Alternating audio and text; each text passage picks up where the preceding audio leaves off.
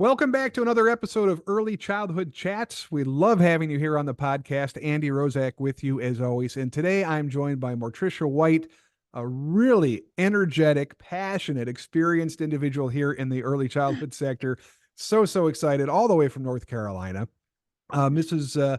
White is the owner of White's Consultants, and she is a veteran. It's a minority owned business. It's a woman owned business, and she's got over 15 years of conducting Head Start and early Head Start reviews and compliance and monitoring, and of course, class observations. Really excited to have you here, Miss White. Thank you so much. Actually, almost Dr. White, we can say now. Yes, So yes, Andy, I'm in the dissertation process as we speak. And of course, when you gave me the invitation, I was happy to accept. I love being a part and participating in any activities for Region 2. So I'm grateful to be here today, and thank you again for your invitation.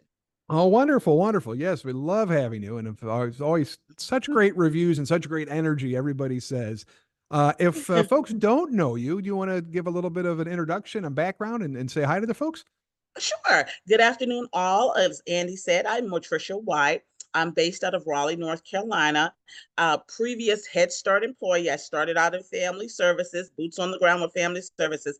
Then I transitioned into the classroom setting. So I did infant, toddler, preschool, and even elementary up to grade 4.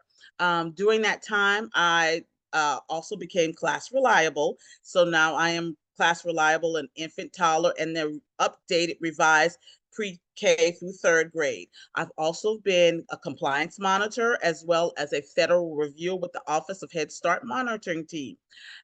Since 2018, I started my own consultant business, White Consultants. And what I do is go around and provide TA, technical assistance and training, on-site mock monitoring reviews to help your program better prepare for focus area 1, focus area 2, or just any type of licensing. So I'm available to travel, and I love what I do because I love seeing how you guys implement the standards to your own unique ways. Fantastic. Well, thank you for all the great work that you're doing. How did you get involved in early care and education? What draw you to the early childhood field to begin with?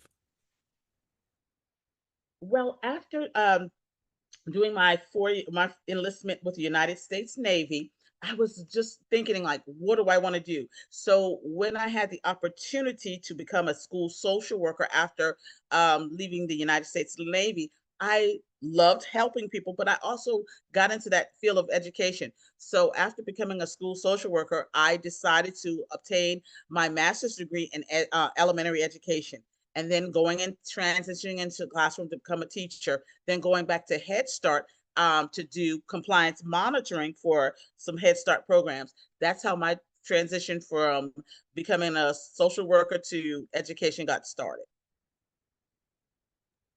Well, we thank you very much for all your service. Did you ever get over to Norfolk, or what did you do your time in the You know Navy? what? I did a temporary position at Norfolk, but most of the time I was based overseas. So I did an 18-month enlistment at Guantanamo Bay, Cuba, and I was there back in the early 90s. So we had to deal with refugees coming in from Haiti. So I had that experience. And then actually did a tour on the USS Sierra, which was a supply ship out of Charleston, South Carolina.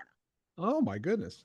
You know, Hmm. the Navy, so my nephew's a Seabee, so I love the Navy. I love all the branches. My grandfather Hmm. was in the Coast Guard, my other nephew's in the Air Force. We got my buddy flies Chinook helicopters for the Army. We got them all Hmm. covered, but I feel like the Navy gets some pretty good assignments. Navy and Marines get some pretty good assignments, don't they? And it's funny that you mentioned the Seabees because in Guantanamo, we did a lot of work with those Seabees. So the Seabees came over, they would build and construct things for the refugees. So I got to interact a lot with those Seabees. And they were our Navy brethren who got to wear green, like they were in the Army, because they were always building and constructing things on our base. Well, there you go. Well, Mhm. good. Good feedback. So I know you've been working a lot with Head Start programs, looking at, Yeah. focus area 2, specifically the reviews. Hmm. Obviously, we've got a lot of folks that listen to the podcast, from family providers to centers to religious based to Head Start, and kind of on, and a lot of students that like to check us out too.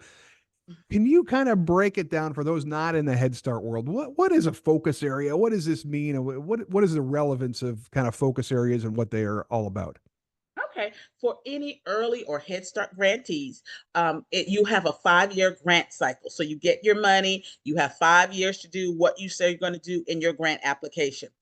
As that 4 to 5 year period comes up, you will have what is an on-site review. And what the Office of Head Start is trying to do is just to make sure you're in compliance with the Head Start performance standards that you said you would adhere to when you accepted their grant funding. So when we come aboard as federal reviewers or monitors, we are just taking that information back to the Office of Head Start to show them that, yes, this program is in compliance to what they said they were going to do in their grant funding application, and they are adhering to the guidelines, which are the Head Start performance standards that the Office of Head Start says you must follow to do that. One thing I love about the Office of Head Start, even though they give you the guidelines, they don't give you specifics that you have to do it in a cookie cutter way. So you can actually adhere to those performance standards in your own unique way that meets the needs of your program. So we're coming through, we're looking at how your program does that in its own unique way, and then we're taking that documentation back to the Office of Head Start that you're either one, compliant, two, you may have an area of concern, but it's not one that we will worry about, and can do a plan to rectify that. You have an area of non-compliance, which is a concern, and we need for you to develop an action plan. And then our fourth or highest level is a deficiency, meaning you're totally not following those standards. And we need for you to have follow-up with our regional specialists who can come in and provide training and technical assistance. We're going to monitor you closely to ensure that you are then following that action plan and hearing to the regional specialist, and then you are ensuring that your program is going to be compliant to provide those quality services for children and families. Well, it's nice to see not only do we give folks money from the federal government, but we monitor and make sure that standards are high. And of course, we know quality is really important in all the things that we do in early childhood. So I guess I'm a little curious as you're going out and working with all the different clients you have that hire you to do consulting work. What are some of the big areas where you're seeing some issues? I wouldn't say it probably rises to deficiency levels, but what are some areas where folks are struggling with just meeting kind of those requirements or those standards? Sure. Across the board, our programs are having a lot of problem with data. Head Start is becoming more data driven. So your data does need to show how you are is informing your program of what their challenges are and what their successes are. And if you are using that data to identify any challenges, what are you then doing to implement or put in place to rectify or correct those challenges to ensure that you are one, compliant, and then that it does become success? And how often are you monitoring that data? And then how can you generate reports or documents that you're sharing with your staff, with your management team, with your policy council and your governing board and your community stakeholders to show what your program is doing to improve or support continuous quality improvement, and then what your program is doing to show, hey, we are doing these things really well, and this is how we're going to continue doing those things well. So just that data support. Programs need to know, for one, how to collect and analyze that data, how to generate that data into reports that they're sharing program wide and with the community, and then how do they use that data to support continuous quality improvement of services to children and families. So data, just that data portion is what I see program wide across our Head Start and early Head Start grantees. So can you give us some examples of some of the data that they would be collecting? Like what are we talking about? Okay. Enrollment levels, attendance levels? Like what does it look like? Of course. So first, they need to be collecting school readiness data. So we need to see how those assessment data is transcending either into meeting your school readiness goals, or how you are going to have an area of improvement and then put a plan in place so that you can meet your school readiness goals. We're also looking at data in health as well as environmental health and safety. So for health, are children getting those necessary required screenings within mandated timelines? If they're not, how is your data supporting the needs that you have identified why they're not getting that? With family engagement, are families developing goals for themselves in the required timelines? And for environmental health and safety, are you doing those daily, weekly, and monthly environmental safety checks that shows that your facilities are safe for the children, staff, and families? And then ERSI, of course. Are we doing attendance data? Are we meeting those 85% requirements that our children are coming to school every day? And then are we doing those enrollment data? Are we meeting our funding enrollment requirements? So data across the board is a necessity. So in every content area, we have to have that data to show that data is driving our instruction on our services and that the data is being shared with those people who are involved with our programs. Wow, that's a tremendous amount of data to look at and Mm-hmm. collect and analyze and all that. Yes, it is Uh, a lot. Thinking about, just some of the workforce challenges that we have in early Mm-hmm. childhood and in Head Start programs, are you finding that most agencies are kind of hiring almost like a data manager to oversee all Yes. this, or how are they handling all this? Most agencies, depending on their size, they're hiring someone that specifically does the data. They're the data manager. And in some programs, you have people that are cross-trained to do that. So the HR person may also be your data specialist as well. So it's like I said, it's to the uniqueness of the program.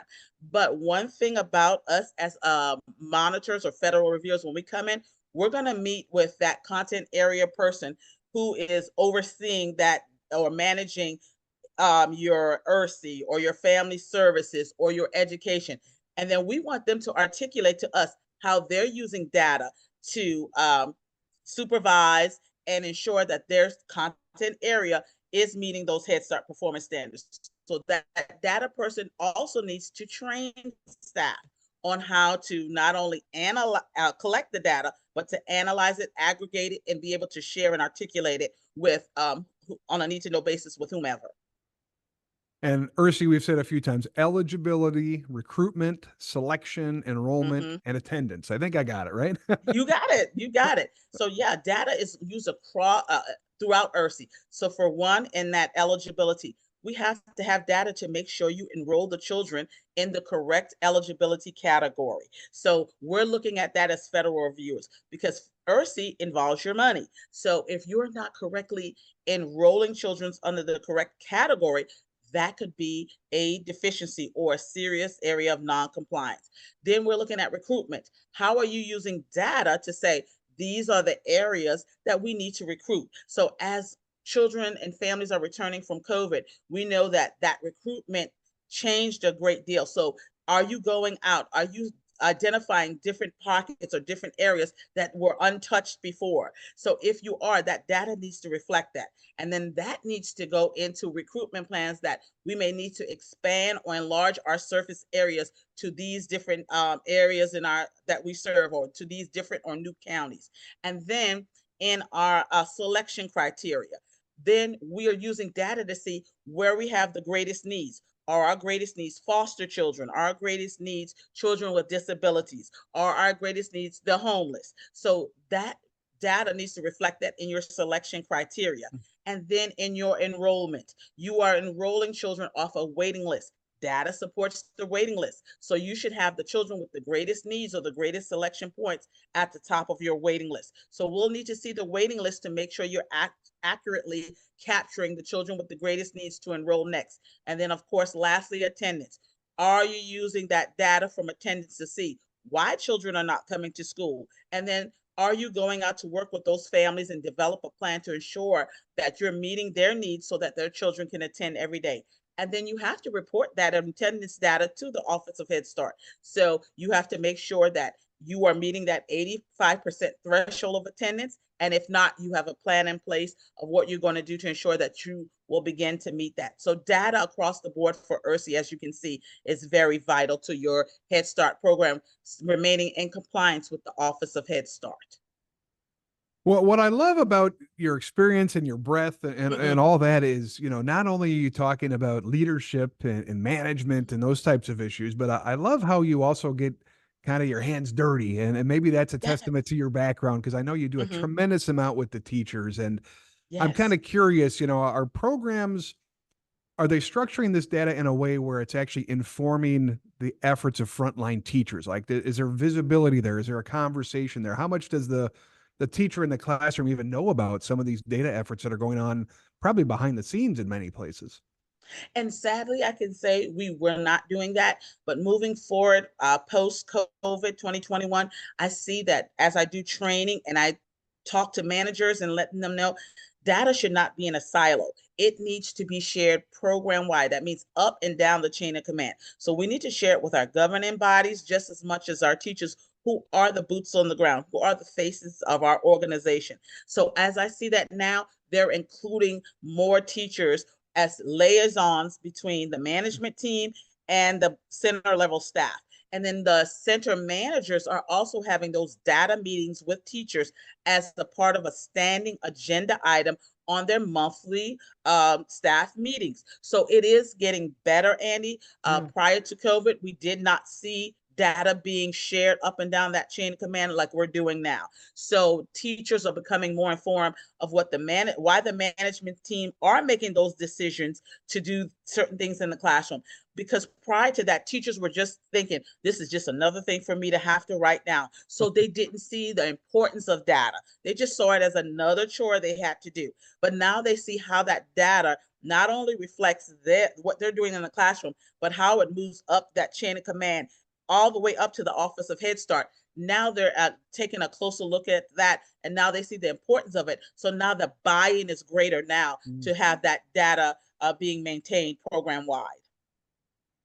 It's been very difficult to have any type of conversation about early childhood without talking about the retention and recruitment problems that we're having with Oh, staff. And I really yes. appreciate kind of your lens that you're looking through this, because I do think if you are a recipient of some of that data and can say like, wow, I'm actually making an impact here. And maybe I don't realize it day to day, but when you start thinking about the numbers and a lot of this data that people are collecting, I do think that becomes a little bit more fulfilling of a job, knowing that you're contributing to this and you're impacting this and really, doing something meaningful, right? And of course, what you do every day is so meaningful, but I feel like Yes. we need to be more intentional telling our frontline staff, like, what you do really does matter. And we Mm-hmm. thank you every single day, whether we say it or not. Like, you are beloved, you're thanked, you're worshiped, you're appreciated. Um, but maybe that data point is just one more way to kind of reaffirm, like, hey, what you're doing is really helping. And here's the actual tangible outcome that we see through the data here. Yeah. And Andy, what I always encourage my programs that I work with is if they have a collaborative relationship with the elementary schools, those LEAs, and they can actually get the assessment data from the children that we transition to them at Mm. the end of their kindergarten year and report that back to our teachers, they can really see that impact in data. Because coming into our programs, we can see our data, and then when they transition out, we can see our data, but we kind of lose that after they leave our programs. So I encourage my Head Start programs, when you have that relationship with your feeder schools, have it set up or have a MOU in place that at the end of those children's kindergarten year, that first year in elementary, if you could see that data for reading, math, whatever, and then we can bring that data back to our teachers and they can really see, yeah, I am making an impact. And sometimes we can't always reward them with monetary gifts, but we can give them a gift card or have some sort of one-time bonus for our teachers who at the end of that kindergarten year, their scores are above normal. Then we can actually have them to have that buy-in, because that's a great incentive for them to actually keep going forward and keep doing the great things that we know they are doing with our children. So those are just some suggestions or strategies that I have for programs to do with their teachers, to kind of give them a reward for all the great work that they do with the children and families. No, I love it. I love it. And it kind Mm-hmm. of buys right into, some people have that competitive nature. Like, I want to be the best Yes. and I want my kids to succeed and be ahead of everybody else. So if you've got some data to support it, why not share it? I think that's a Yes. wonderful idea. Mm-hmm. And we hear a lot of focus on school readiness and really what does that look like? And I like how a lot of the programs are starting to take that into more of an objective standpoint versus just a subjective standpoint. I think Yes. the data is the key for that, isn't it? It is. And like you said, when we can see, when we have a child in a family enter at 3, and then at 5 we can have that quantitative data, so we can say this child grew, or our children are growing at this exponential level. They're 25% growth in social emotional, there's 50% growth in math, and we can share that not only with our teaching staff but our families, and then our governing boards and our community stakeholders. It now sells our early and Head Start grantees, and now we're not just seen as daycare or childcare or babysitting services, but we're a respectable early childhood program with a research-based curriculum. And now we have the quantitative data that shows what we're doing in the classroom actually works. So it's the best marketing program that you could ever have for your early and Head Start program, that data. I love it. I love it. Yeah, Dr. Vaden was on the podcast not too long ago, and she was saying, Yes. we got to stop talking about childcare and just start calling it brain builders, because that's what we're doing. We're building those Yes. brains, Love it. Brain builders. Because, over the time, they have a expectation of what they think Head Start and early Head Start are. So if we have that quantitative piece when we're going out there and we're sharing, then we now market ourselves as a respected brain builder, because we're using research-based curriculum, we're using research-based strategies, and now we have the quantitative data to show when they enter, they're here, when they exit, they're here, and even beyond that, their first year of kindergarten, they are still meeting or exceeding the expectations of what children their age should developmentally be doing. Now we have the best marketing tool ever to get even more children and families into our program. Absolutely. And I'm picking your brain a little bit here. So if you're a family provider, or maybe you're working at a small child care center, Mm-hmm. there's some parallels here. I'm wondering, what do you think is some low hanging fruit that you could kind of pull out of the Head Start standards and say, gosh, I could use this in my family home, or I could use this in my small center, and kind of benefit in many of the same ways you're talking about? The one thing that we encourage our family child care homes to do is have a monthly family follow-up. You may not can execute it as a family meeting like our Head Start programs, but some sort of monthly family follow-up, monthly or weekly newsletters to your families, and then talk with families, have that one-on-one like a conference about any goals they may have. And then you have a directory of resources in the community where you can share with families that will help them with whatever goal or need that they're experiencing at that time. So what they can do to kind of mimic what Head Start is doing those things where they're having that ongoing engagement with their families. It goes beyond just drop off and pick up, but it will have a Zoom where we can show to our families, or we have different news information that we send out to our families, and then we have those conferences that we can conduct with our families to see what their needs are and what their goals, and then even to foster what you're doing in the classroom so that they can do it at home with their children as well. Excellent. Well, to taking time and making that engagement, I know it's hard work. I know we're already Yes. working long hours, but I do think in many cases this does pay a lot of dividends if you strengthen those relationships. And It does. And like you said, Andy, relationship is best. They don't care what we know until they know that we care. So we one have to have that mutual respect that for culture, for gender identity, for whatever that family composition entails. We have to develop that cultural and mutual respect for our families. And once you establish that mutual respect, it will be easy then to collaborate and work with our families and engage them in ways that we should. I love it. They don't say it again. They don't care what we They know don't until we they care know. what we know until they know we care. I love it. You should trademark that. That's really good. Well, I actually got that from Dr. Maya Angelou. So Oh, geez.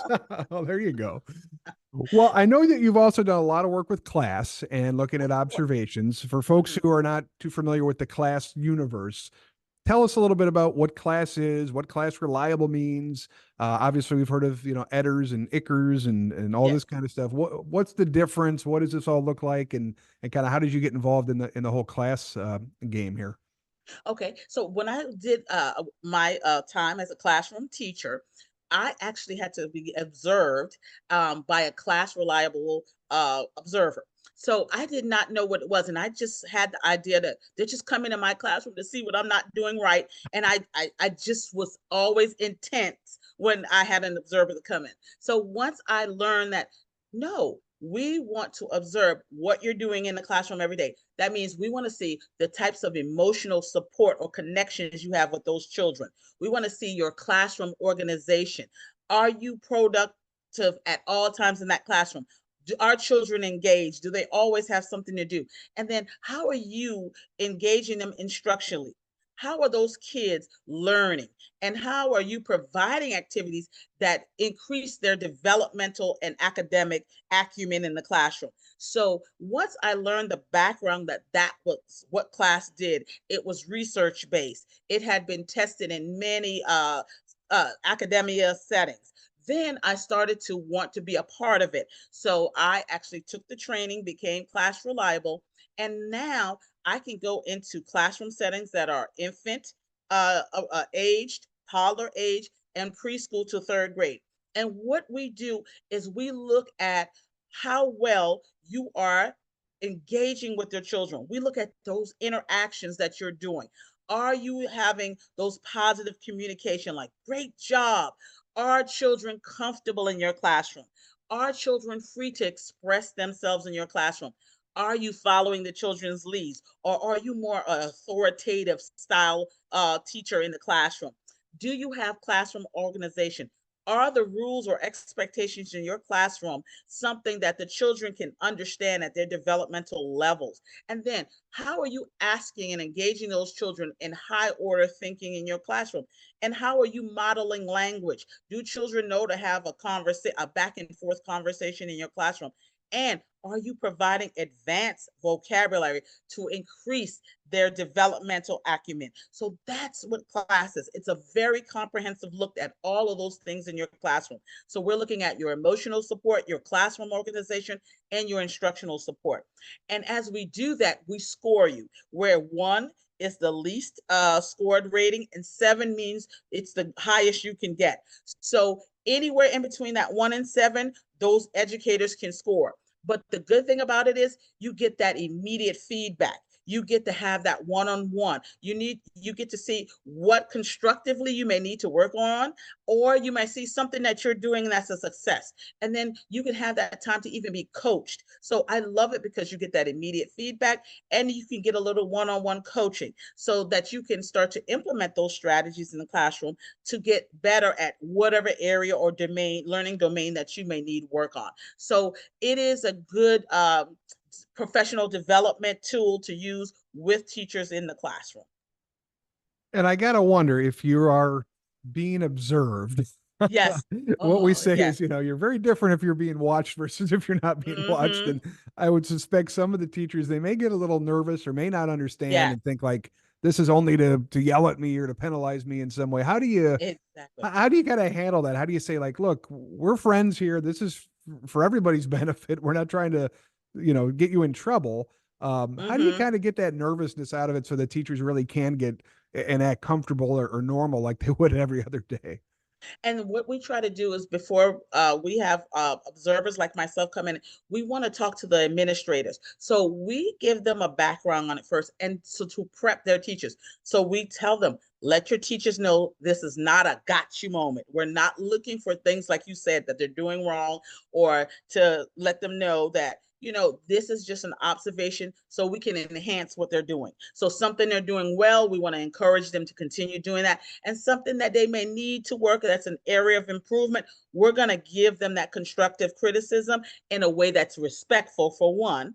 And then we're going to have question and answer so they can ask us questions as well.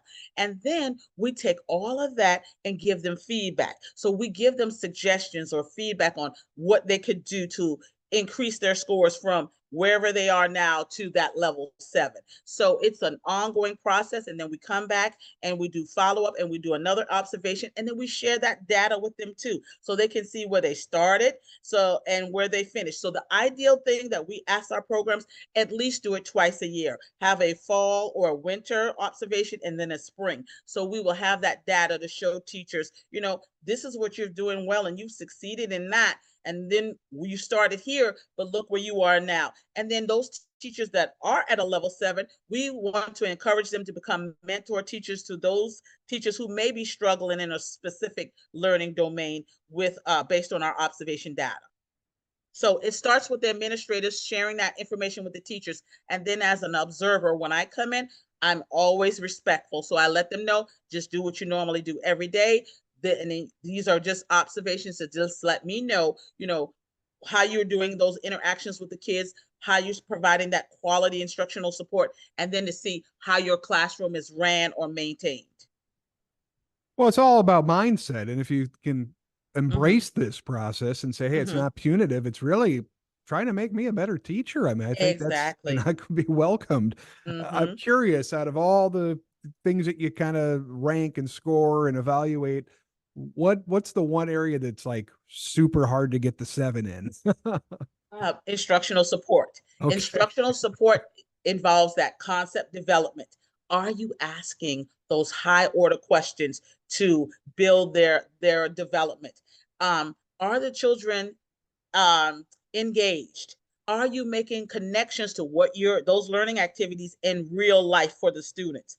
Are you having that feedback? Are there conversations that go back and forth between you and the children? Do you provide quality affirmations to the children? I love the way that you folded your napkin, or I love the way you shared with your friends. Specific affirmations to the children. Are you providing information in those activities to increase their thought process? Are you giving that advanced vocabulary to children with a definition? Because we can say that's an insect, but you gave them a word, but they still don't have that connection to what an insect really means. So give them the advanced vocabulary, but kind of define what the word means. And I need to hear lots of open-ended questions. So during your activities, we shouldn't just hear questions where the kids can say yes or no, but they really have to think. We're engaging or igniting that thought process in children. So instructional support nationwide, even among all Head Start programs, is the hardest, where we see that teachers may have the greatest challenges.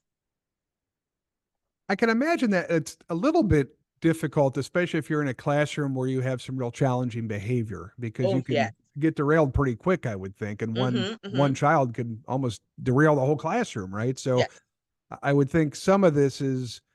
Do you ever hear like teachers say, "Well, this is really unfair because I've got yes, Timmy in my class or whatever, and if Timmy wasn't here, I'd be doing a much better job or something." yes. And that's why class monitors that as well. So are your classrooms short and sweet, meaning children at that age can understand what it means and they can follow those rules? So are you modeling walking feet? Are you modeling what it is to use an inside voice for the children? And then when the children are actually doing that, are you promoting that positive behavior? Like, I love the way that Andy is using his walking feet today. I love the way that Andy is using an inside voice, or I love the way that Andy shared with his friend. And if you know that you have a child and that child likes certain manipulatives or toys, do you have extra on hand for that child so that when I come in as a reviewer or as an observer and I see that other kids want to play with that toy too, and sometimes we might say, okay, we need to share with our friends, or okay, your time is up in that area. You have those extra manipulatives to keep that child engaged. Because one thing I know, even those children with the worst behavior or the most challenging behaviors, if there is something that they are engaged in, they're not a behavior anymore because they're so engaged or they have an interest in that particular thing. They are not a behavior problem. So if you know that Timmy sometimes has a challenging behavior, but he loves blocks and he's in the block area, and sometimes we need to switch out children in the block area. Maybe we have extra blocks in other areas so that when we do transition Timmy out, he still has the blocks he likes. So he's going to go to that area and start doing blocks in that area. And then make sure you're always moving to certain areas with Timmy to engage him and say, well, in this area, you built or you constructed, and that would be a new advanced word. You constructed this building. So in here, I want you to use this manipulative to do this for art. So you're moving around with Timmy. Blocks is always, or whatever he's doing, he's always constructing. And that's a STEAM activity because that is engineering. So you've connected all three in one. So you have the extra, you're proactive. So you have extra of what interests him in each area. You're moving with him to make sure he's engaged, and you're asking those follow-up high order questions. And guess what? Timmy is doing STEAM in every area that he has. So we know that you're building or promoting his development doing those high engaging activities. So it can be done. So guess what? You've gotten a high score in classroom organization because you're productive. You know his behaviors, and you're making sure those behaviors are positive. And now during his instructional support, you're asking those high order questions so that Timmy is always engaged. You provided advanced vocabulary. And then in your emotional support, you're making sure he's comfortable. You're making sure you are positive to Timmy. So your scores are going to exceed what you should be doing in all of those domains. Well, I absolutely love the concrete examples and the real talk. So thank you Mhm. for that. I know we have You're a lot of welcome. students, a lot of students that do listen. And, you know, I think just having some other sidebar conversations, it's kind of shocking for folks to realize that there's so much extra, there's so much independent thought and judgment and kind of your own personalization you can put on things. Because I think for Mhm. some reason, we're in this mindset that, like, I went to a program, they spent thousands and thousands of dollars on this curriculum. I Mhm. basically have to do this curriculum and not deviate from it. But I don't think that's really the way to be successful. And certainly the examples you're sharing kind of illustrate that. Oh no, Andy. Even if you have the scripts and you have per se your activities from creative curriculum, those are suggestions they give you in those curriculums. You tailor it to the needs of the children in your classroom. Again, make it your own, make it unique. You're going to get the same results because when you follow the curriculum and you put your own special spiel on it based on the needs of your children, you're going to see how they grow. And then that growth is going to transfer into that assessment data. So when you're doing that assessment data quarterly or monthly, or if you do your anecdotal notes or your observations daily, you're going to see that your kids are mastering those skills. And then you are going to be able to push them forward or higher in that actual area of development. So, yes, please use the curriculum that you have as the foundation, but make it your own. Add different activities, add different manipulatives based on what your children are interested in and you know they like. So yes, please tailor those activities to the uniqueness of the children in your classrooms. Working with early childhood professionals for almost a decade now, I know that we Yes. really like permission. So you got it. You got permission from You Dr. got the White. permission, guys. You don't have to do it letter by letter in the curriculum. You can do a little bit of Exactly. creativity here. Yes, please be creative. Yes, definitely. I'm kind of going down this path, and I wanted to bring up. I know you're going to be in the Virgin Islands. You're going to be at the Region 2 conference in October. So Yay, love very it. excited. And I know one of the sessions you're talking about is STEAM and how do we Oh, implement yes. STEAM in the classroom? What are folks going to hear you talk about? Give us a little sneak peek of your session you're going to do. No, yes. And Andy, again, thank you. This is my third year being able to present at the Region 2 conference. So thank you so much for that. But if you participate or if you want to come into that session, STEAM activities for your Head Start program, you are going to learn the importance of STEAM. Why is STEAM important? Because it does build that high order thinking in your children, and that transfers to them doing well and mastering those skills in your classroom and on that assessment. You're going to actually see how you can incorporate the 5 components of STEAM, which is science, technology, engineering, mathematics, and art into your classroom. So after you see how to implement that and you get the strategies of how to use different manipulatives, you're going to also participate in an interactive activity where you're going to create a STEAM assignment, and you're going to have the materials that you would have for children at your age level, and then you're going to create using those manipulatives to do either a science, math, technology, engineering, or art activity. And then you're going to report how the pluses of this activity. What did you like most about it? What was a challenge about it? And then how will you implement that to the uniqueness of the children in your classroom? And then at the end, we're going to do a fun Kahoot activity to tie in everything we learned in the classroom. And the incentive for doing the Kahoot activity is you'll get a gift card with something fun. So this is going to be an interactive session. I'm going to make it fun. But guess what? We're going to test your learning as well. And the winner will receive a great gift card. And I see that every year that I've come, it worked. They love it. So I'm going to keep doing it. Oh, I love it. Wow. I'm going to have to pop in and make sure we get some good photos and Oh, video yes, of we that one. welcome you, Andy. Come on. Sounds like a hoot. So if I could put on your kind of genie in a bottle cap here, put on your future teller, if you will, your fortune teller, thinking about all the stuff you've seen, all the work you've done, thinking about living through COVID and all the challenges Yes. that brought, thinking about kind of where we're at now. What are you kind of forecasting as the trends we're going to be seeing in early childhood over the next 5 or 10 years? What's on the horizon? What should we be thinking about, preparing for, maybe worried about? Where do you think we're going in this whole early childhood field? Moving forward right now, the thrust and what I see from our Office of Head Start Director, Mr. Garvin, enrollment. They are looking to get children back in the classroom. So meeting your funded enrollment, having that funded enrollment, they're giving you the option if you might need to do a conversion. Maybe I see that in my service area, I need more early Head Start than I do Head Start. Converting those Head Start slots to more early Head Start slots, or vice versa, converting those early Head Start slots to more Head Start slots. So the goal here is getting more children enrolled in our early and Head Start program. So enrollment. Next to enrollment, of course, they're going to be more data driven. So at orientation, at your pre-service, at your in-services, teaching staff how to read data, how to interpret data, and then how to use that data to improve services for children and your families. So, and then the last thing I see, Andy, retaining and recruiting qualified staff. So coming back from COVID, a lot of people didn't want to work. They knew they could hold a job and do it at home. So how do we go out and recruit and retain qualified staff? And if we can't do that, how do we then recruit staff that we can train to be qualified and then keep them in our Head Start programs? So the three things I see is the enrollment piece, the hiring and retaining quality staff, and then the data-driven programs. Those are the three things that I see moving forward on the horizon.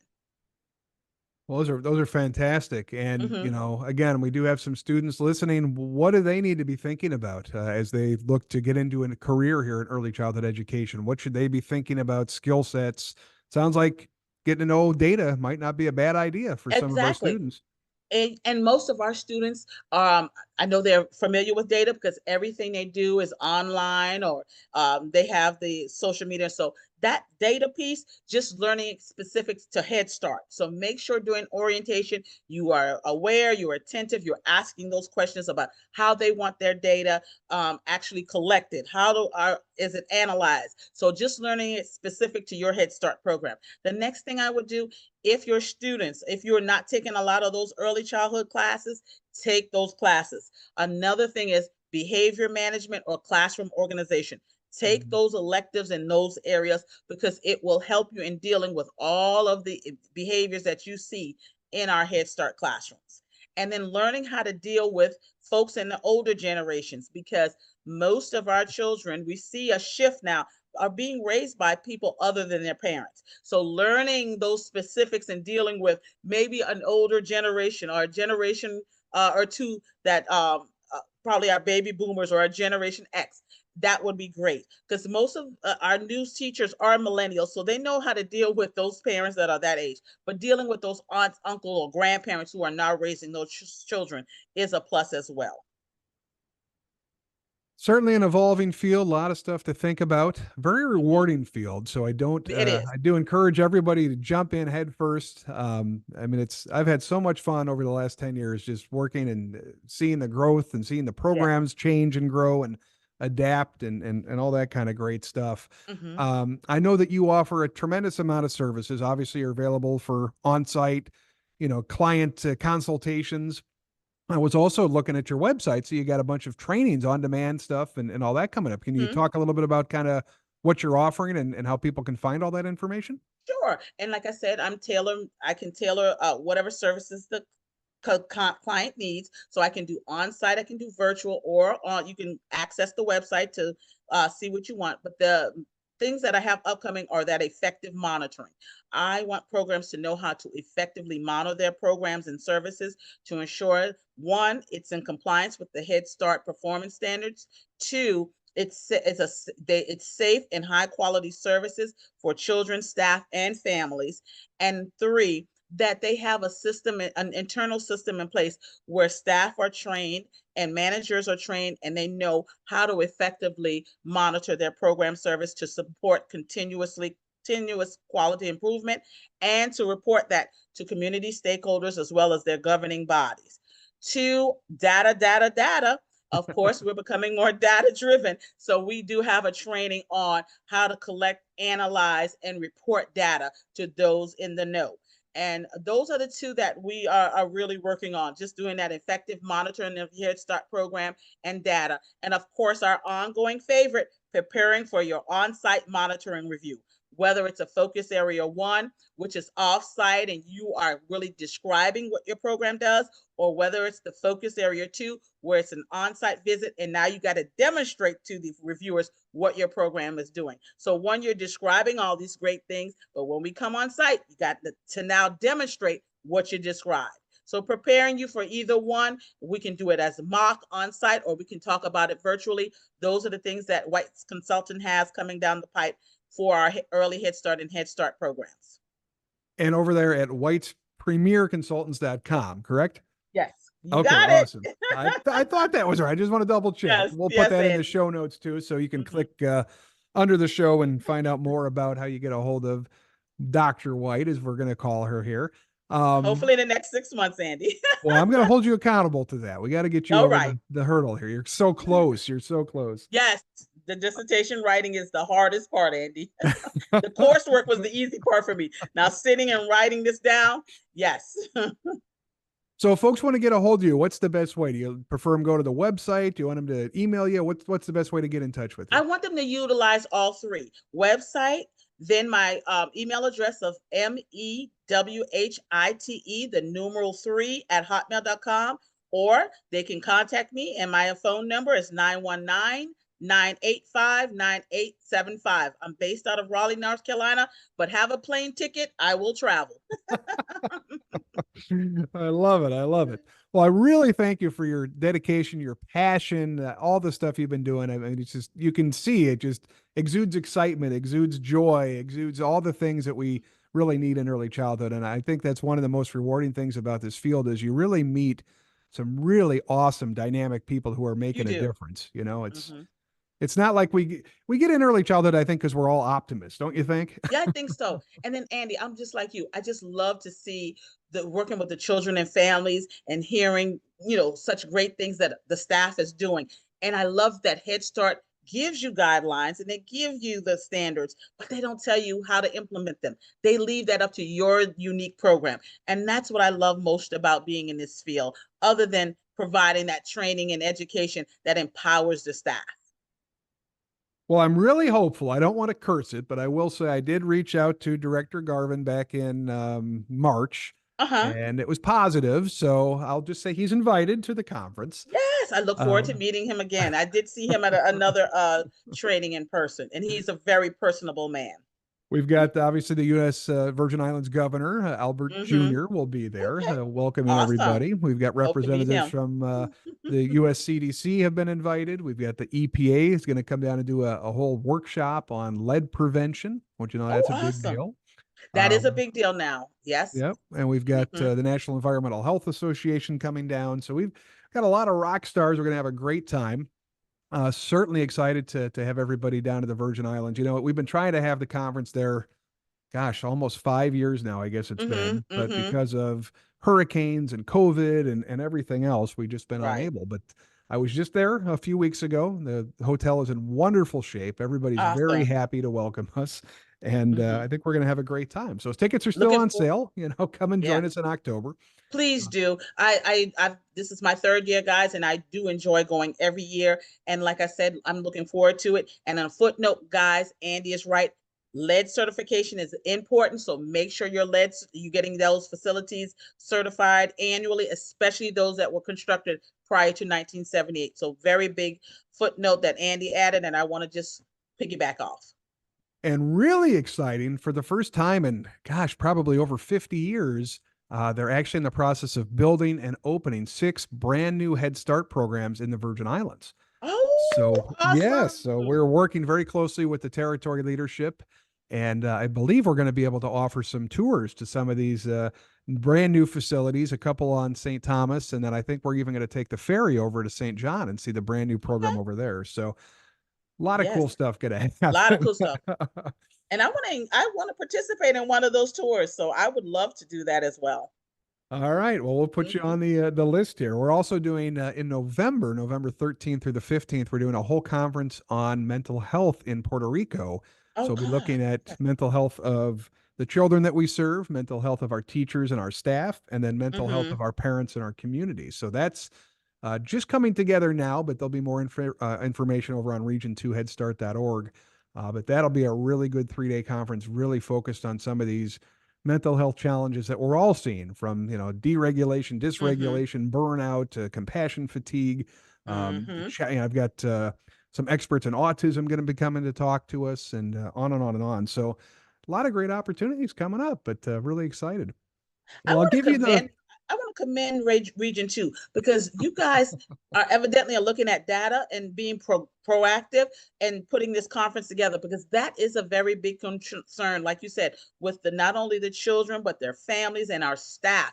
That's the one main reason we cannot keep staff on, just the burnout, that mental health and that work-life balance. So awesome job, Region 2, for being aware and then actually being productive and proactive in putting that conference together. Good job. Well, thank you, thank you. We'll Mhm. have Sesame Street down to talk to us and share some of the great Oh, resources they're awesome. providing again, and a whole bunch of good stuff. So, well, I really appreciate your generosity with your time and your talent. I'll give you the chance here. Anything that we didn't talk about, any final words of wisdom or thought that you want to impart to everybody here? Well, again, to quote the famous late great Dr. Maya Angelou, people don't care what we know until they know that we care. So please show that compassion and build those mutual relationships program wide with your staff and with your family's children, and of course your community stakeholders. And that's it. And I thank you for allowing me the opportunity to participate on your podcast today, Andy. Wonderful. Well, thank you so much. And thank you for listening. We really appreciate you being here. You can find us on YouTube, on Apple Podcasts, over on Spotify. If you'd be so kind, we'd love a 5-star review. So if you'd be so kind, please help us out a little bit, because that helps us get to the top of the search algorithms. Okay. But for the Early Childhood Chats podcast, this is Andy saying thank you so much. And we will see you soon on a future podcast.